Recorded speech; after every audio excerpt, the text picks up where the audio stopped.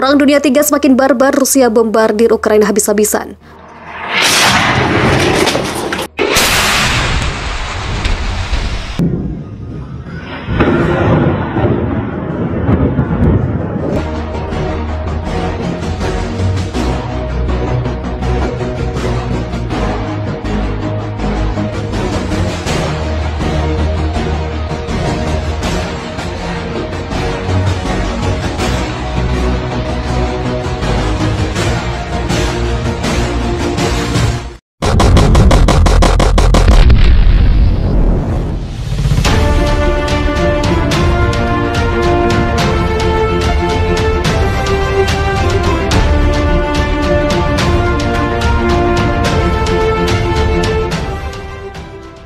Presiden Rusia Vladimir Putin pada hari Kamis 24 Februari memantik terjadinya Perang Dunia III dengan membombardir Ukraina habis-habisan. Dia mengumumkan operasi militer di negara itu dan memperingatkan negara-negara lain bahwa setiap upaya untuk mengganggu tindakan Rusia akan menyebabkan konsekuensi besar.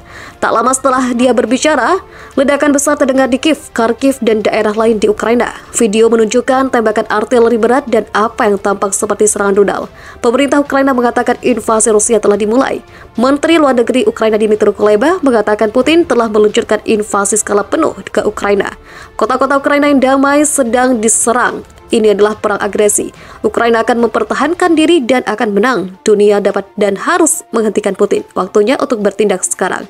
Cuitnya, Putin mengatakan serangan itu diperlukan untuk melindungi warga sipil di Ukraina Timur, sebuah klaim yang telah diprediksi Amerika Serikat akan dia buat secara salah untuk membenarkan sebuah invasi. Dalam pidato yang disiarkan televisi, Putin menuduh Amerika Serikat dan sekutunya mengabaikan permintaan Rusia untuk mencegah Ukraina bergabung dengan NATO dan menawarkan jaminan keamanan kepada Moskow. Dia mengatakan tujuan Rusia bukan untuk menduduki Ukraina. Presiden Amerika Serikat Joe Biden mengecam serangan tidak beralasan dan tidak dapat dibenarkan di Ukraina dan mengatakan dunia akan meminta pertanggungjawaban Rusia. Invasi besar-besaran Rusia dapat menyebabkan banyak korban dan menggulingkan pemerintah Ukraina yang terpilih secara demokratis. Juga konsekuensi dari konflik dan sanksi yang dihasilkan dan dikenakan pada Rusia dapat bergema di seluruh dunia, mempengaruhi pasokan energi di Eropa, mengguncang pasar keuangan global, dan mengancam keseimbangan pasca Perang Dingin di benua itu. Putin mengatakan operasi militer Rusia bertujuan untuk memastikan demilitarisasi dan denazifikasi Ukraina. Putin mendesak prajurit Ukraina untuk segera meletakkan senjata dan pulang. Putin mengumumkan operasi militer setelah Kremlin mengatakan pemberontak di Ukraina Timur meminta bantuan militer Rusia untuk membantu menangkis agresi Ukraina. Pengumuman itu segera memicu kekhawatiran bahwa Moskow menawarkan dalih untuk perang seperti yang telah diperingatkan oleh Barat. Tidak lama kemudian, Presiden Ukraina menolak klaim Moskow bahwa negaranya merupakan ancaman bagi Rusia dan mengatakan invasi Rusia akan menelan puluhan ribu nyawa. Rakyat Ukraina dan pemerintah Ukraina menginginkan perdamaian, kata Presiden Volodymyr Zelensky dalam pidato semalam yang emosional. Zelensky berbicara dalam bahasa Rusia dalam seruan langsung kepada warga Rusia. Tetapi jika kami diserang, jika kami menghadapi upaya untuk mengambil negara kami, kebebasan kami, kehidupan kami, dan kehidupan anak-anak kami akan membela diri.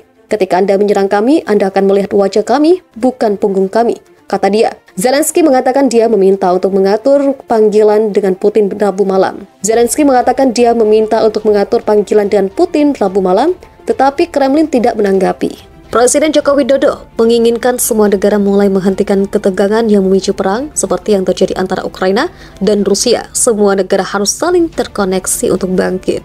Hal ini disampaikan Jokowi dalam pertemuan Menteri Keuangan dan Gubernur Bank Sentral negara G20 pada Kamis. Dalam situasi seperti ini bukan saatnya untuk rivalitas dan membuat ketegangan baru yang membahayakan keselamatan dunia. Sebagaimana yang terjadi di Ukraina saat ini semua pihak harus menghentikan rivalitas dan ketegangan. Harus kolaborasi, membangkitkan dunia untuk pulih kembali, paparnya. Perdamaian dan saling bekerja sama lebih penting dalam kondisi sekarang untuk mendorong pemulihan ekonomi.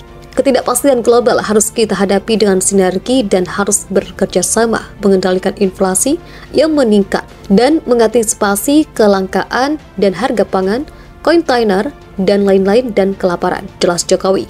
Dalam pertemuan ini, Jokowi berharap ada komitmen bersama untuk mengatasi berbagai persoalan tersebut. Saya menaruh harapan besar kepada Menko dan Gubernur Bank Sentral Dunia yang bisa menghasilkan konkret recovery stronger, recovery together, pungkasnya. Jokowi desak Rusia NATO hentikan rivalitas di Ukraina. Saat membuka pertemuan tahun IMF World Bank di Bali pada 2018, Presiden Joko Widodo melontarkan pernyataan "Winter is coming" untuk menggambarkan banyaknya masalah perekonomian dunia. Kala itu Jokowi menuai pujian dari para delegasi karena pidato yang menganalogikan keadaan ekonomi dunia dengan serial Game of Thrones tersebut. Kemarin 17 Februari, Jokowi menegaskan bahwa tantangan itu datang dengan adanya pandemi COVID-19. Sebagaimana saya katakan pada IMF World Bank tahun 2018, the winter is coming, dan saat ini winter yang berat benar-benar datang. Pandemi belum berakhir dan ekonomi dunia masih berguncang, tuturnya. Hal itu dia sampaikan saat pembukaan pertemuan pertama para Menteri Keuangan dan Gubernur Bank Sentral G20, yakni The Satu Financial Minister dan Central Bank Governors Meeting G20. Dalam situasi yang berat seperti saat ini, Presiden mengimbau semua negara untuk bahu-membahu mendorong pemulihan. Menurut dia, tidak ada negara yang bisa bangkit sendiri, semua negara harus saling terkoneksi, tidak ada yang terisolasi. Itu juga selaras dengan tema G20, Recovery Together, Recover Stronger. Melihat pandemi COVID-19 saat ini, arsitektur kesehatan global harus diperkuat, sekaligus memfasilitasi transisi energi menuju ekonomi hijau. Jokowi juga menyebut pemulihan global yang merata. Selain itu, mantan Gubernur DKI tersebut meminta agar rivalitas yang membahayakan dunia dihentikan. Dia menyinggung ketegangan yang terjadi di Ukraina. Bukan saatnya membuat ketegangan baru yang mengganggu pemulihan dunia, apalagi membahayakan keselamatan dunia. Sebagaimana yang terjadi di Ukraina saat ini, semua pihak harus menghentikan rivalitas dan ketegangan, jelasnya. Jokowi optimis rangkaian pertemuan Menteri Keuangan dan Gubernur Bank Sentral itu dapat merumuskan langkah konkret yang bisa segera dilaksanakan, segera tampak hasilnya, katanya. Menurut dia, negara-negara anggota G20 harus terus bekerja sama dalam mengatasi permasalahan, misalnya terkait pengendalian inflasi yang terus meningkat, kelangkaan pangan, dan kelaparan. Kita juga punya tugas untuk melakukan beberapa transformasi, ucapnya. Jokowi merinci, transformasi yang dimaksud diantaranya transisi ekonomi baru dan transformasi digital yang merata. Selain itu, harus mendukung usaha mikro, kecil, dan menengah. Dengan semangat Recovery Together, Recover Stronger, Indonesia mendorong pembahasan agenda-agenda prioritas dunia, ujarnya. Pada kesempatan yang sama, Menku Sri Mulyani Indrawati menjelaskan pentingnya mengatasi masalah atas luka ekonomi yang berkepanjangan. Hal itu untuk mencapai pemulihan yang kuat, berkelanjutan, seimbang, dan pertumbuhan inklusif. Aris Sapanya juga menyoroti pentingnya isu perubahan iklim. Masa pandemi merupakan peringatan yang cukup keras bagi kita semua. Betapa rentannya ekonomi global terhadap kejutan-kejutan non-tradisional, ucapnya. Seluruh pihak, kata dia, harus mengingat bahwa perubahan iklim dapat menimbulkan dampak yang jauh lebih besar dari pandemi.